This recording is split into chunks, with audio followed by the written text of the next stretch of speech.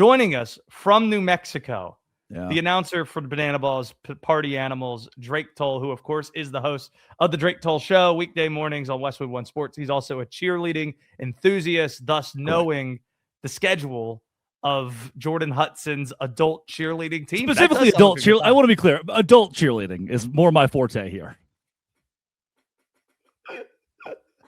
It's the best kind. It's the best kind. It's also the kind that will keep us employed by saying that we're okay with. Yep. That's it. Drake, how lovely is Albuquerque this time of year? Gosh, man, Albuquerque and I go back and forth. I have my qualms every now and then. We're cooking up in the lab here some crystal vibes, if you will. They do call the home of the Albuquerque Isotopes the lab. Crazy. I always try to do something adventurous when I go to a new city. Well, I've already hot air balloon in Albuquerque. I've already had a beer here before in my life. I want to do something even crazier last night. I went to the New Mexico San Diego State baseball game. Got in a fight with the team parent. Heckled the umpires, forced New Mexico to use their second and final challenge, which they lost. That's on me. I told them I'd read the rule book and they needed to challenge it. I was wrong. And then New Mexico walks it off. 2-run home run that bounces off the top of the wall and out. That would have been a pop-up, a 250-foot pop-up anywhere else, a fly ball, but it's the mountains. So the ball just carries. I'm having a blast. Why did you get in a fight with a team parent?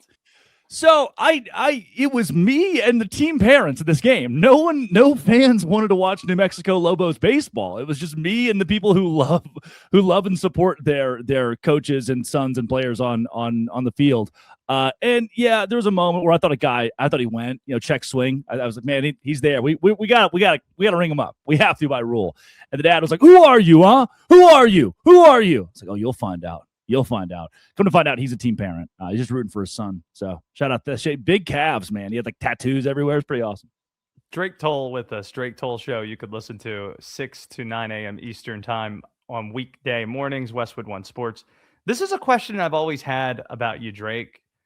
With your banana ball work, how has this changed your relationship with Major League Baseball? What's your usual intake? Do you have a team? Huge Texas Rangers fan. So it was cool. A month after the Rangers win their first and only World Series, I get hired here and go from following 162 games, covering the Rangers pretty closely that year, to now being thrown at a banana ball. And the first thing that got me hooked, my first week in Savannah on, wow, I can love baseball and banana ball, was Jesse Cole, the owner in the yellow tuxedo, said, hey, we want to let everybody here know youth baseball 2019 to 2024 is down 20%. That's the most of any major sport. Kids are not playing baseball now due to travel ball, due to the expense, due to a lack of fun. We've taken fun out of baseball in a lot of ways. So for me, it was, this isn't killing baseball. This is trying to grow the sport, get kids interested again in traditional baseball. This isn't a competition. It's a completely different thing that's built for attention to the sport of baseball that we all love, that we all played, that we all broadcast, where we all worked in. And the players agreed. Last night, Jackie Bradley Jr., you may know him, two-time World Series winner, Boston Red Sox, hit with a cycle. I'm watching guys who are baseball blue bloods through and through. Oh, by the way, when he hit for the cycle, on the field coaching one team was Shane Victorino. On the other side, Ryan Howard.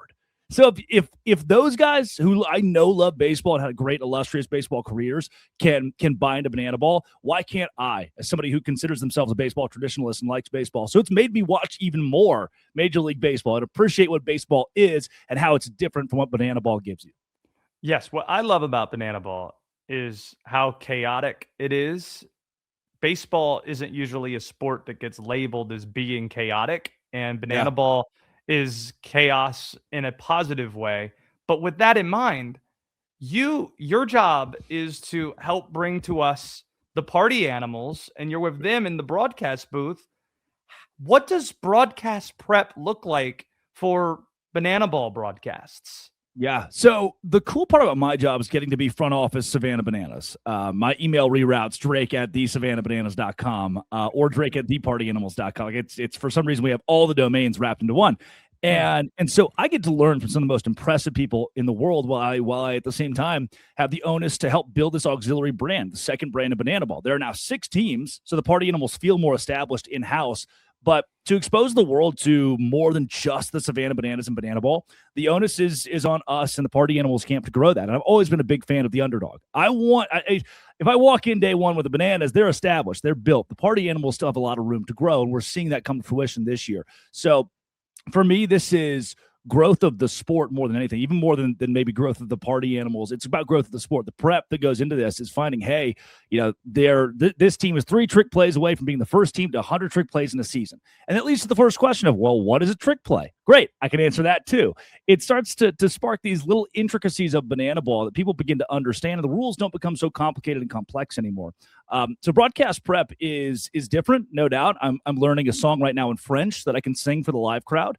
I'm learning multiple different languages to incorporate in our broadcasts every weekend because it garners viewerships and new audiences. And we believe that attention beats marketing 100% of the time, 100% of the time. So while I still have my stats written down, you're going to get a lot of like today, I'm going to say aerial tramway on the broadcast as an homage to my new vocal stem and SNL sketch that I've watched 17 times.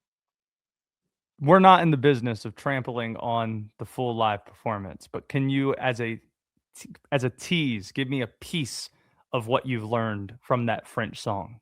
Oh, I can give you my Spanish. Well, the French one's not radio ready, but the Yo sé bien que estoy afuera, pero día que yo me muera, sé que tendrás que orar. Hits every time. So just want to throw that one out there. That's pretty good.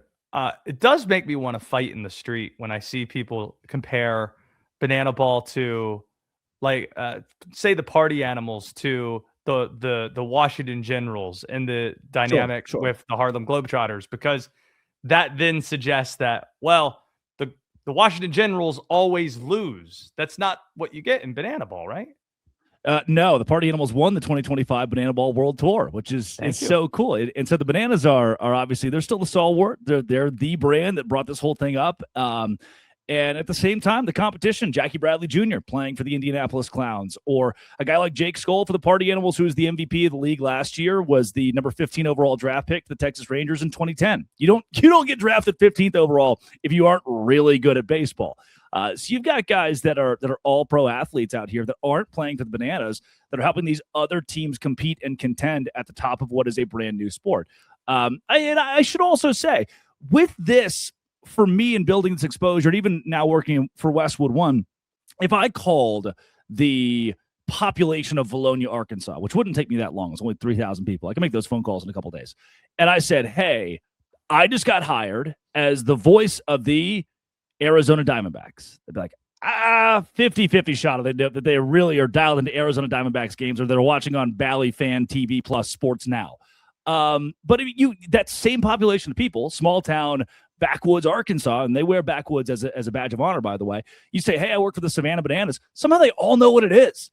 Like the growth of this brand has been so impressive over the last couple of years. People are starting to understand that it's not, even though the Bananas that premier brand, it's not a competition where they win every time. They lose as much as they win, which is a really cool piece of what we do.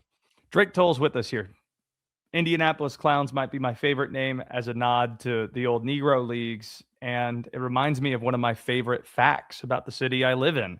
18-year-old Hank Aaron in 1952 signed his first professional contract in Winston-Salem, meeting with the Indianapolis Clowns management at that time. He got put on a bus from Alabama to Winston-Salem to meet with the Indianapolis Clowns in Winston-Salem, North Carolina, and that's where he signed that contract. Drake Toll is with us here, shifting things to football, well, kind of.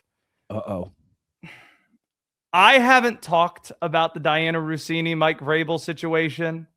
I know you have, and I'm sure whatever opinion you have, I'm going to then steal and inherit as my own. So good. Where are you on this? I am. The most frustrating part of this is that I turn on national TV networks. I quad box the major sports brands in the mornings. I turn on the Josh Graham show. You know who's not talking about it? A lot of these national networks are avoiding this topic, and for Josh Graham, much different reason than many of these. For a lot of them, it's, oh, well, we've worked with Dianna before. Oh, we don't want to lose access to New England. Oh, we don't want to lose access to Mike Vrabel. Oh, we don't want to poke the bear too much. And so a large portion of these major networks are not following a story where the New York Times is probing their top senior writer for the National Football League because she was found interlocking fingers with her, just a friend. You got what I need. They're interlocking fingers. You threatened to tickle me. And it was so jarring that this was weeks ago on my show. It was so jarring that we still bring it up. Imagine if we'd interlocked fingers. That's even bigger than tickling. And then hold one second though. Though. The part that I find interesting about your framing though is the reason why I'm bringing this up now and it's newsworthy is because of the name you haven't brought up yet. It's you focus on Dianna Russini, but is it the bigger story, the married NFL head coach who's doing this? Right. It is the twofold of one person's career could be ruined forever for doing the exact same thing as the other person. And the worst thing that could happen to the other person is divorce, Tammy Wynette. That's about it. Like if he gets divorced, the NFL is not going to do anything to Mike Vrabel. The Patriots won't do anything to Mike Vrabel, but he's such a Patriot way culture guy. Like, coach, Skip, what are you doing having a 90-minute breakfast in a hot tub soiree with Dianna Russini? What in spicy Sedona? So this Sedona gate, Sedona scandal, Foxy Foxborough, whatever you want to call it, whatever you want to dub this one.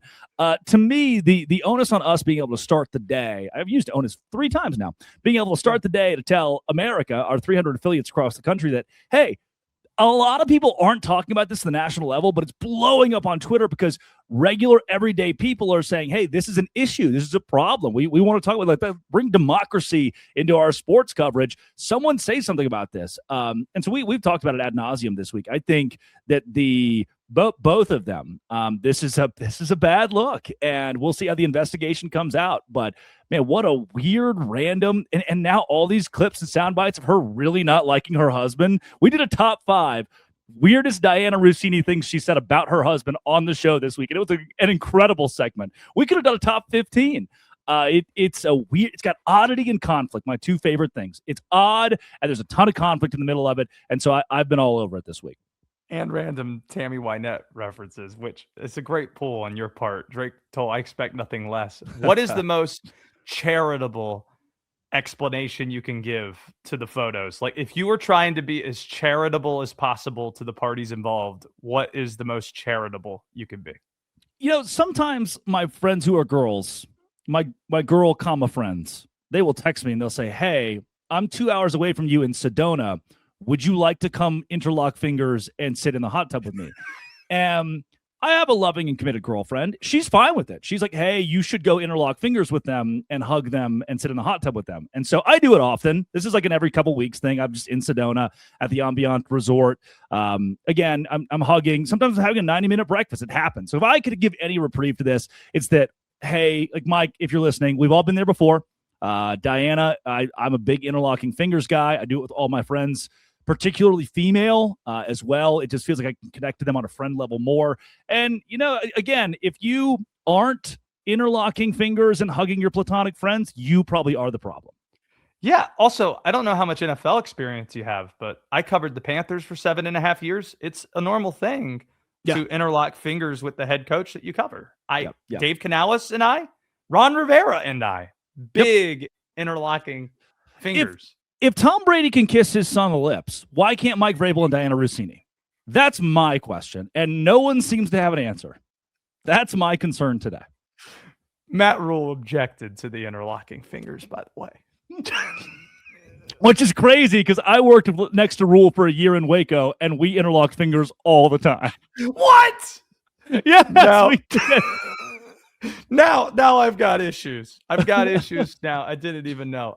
Next time you make the divorce song reference, I would prefer, rather than Tammy Wynette, you go with Divorce Separation Blues by the Avett Brothers. Oh, good. The Big D, Mark Chestnut. Come on, there are a lot of them out there. Mm-hmm. By the way, on the way out, how did you discover the Avetts? Because it became clear our relationship really formed around you going to the New Year's show and it becoming clear that you knew ball in that instance. Yeah, it would have been 2010, 2011. Dad comes back from a trip to North Dakota to hunt, or maybe it's Iowa, one of those random states, and random beautiful states where our affiliates are awesome and we love them. And he comes back from a quail hunt, pheasant hunt, and burned onto one of these CDs was November Blue Live, or November Blues, named two separate things, two different times by the Avets, and fell in love with the song and ultimately fell in love with the Avid brothers, and then John Prine, and then Doc Watson, and then Ralph Stanley. And not to say those are all in the same category either, because I don't believe they are, but they're all really good music with incredible songwriting and melodies that'll seal your heart. And so became a big Avid brothers fan 15, 16 years ago and have never looked back. Drake Toll, have a great broadcast in Albuquerque tonight. Thanks for doing this. We look forward to hearing you on Monday. Josh Graham, always a pleasure. I'm hearing we'll have you on my show 5 times next week. So excited to see you all 5 of those days.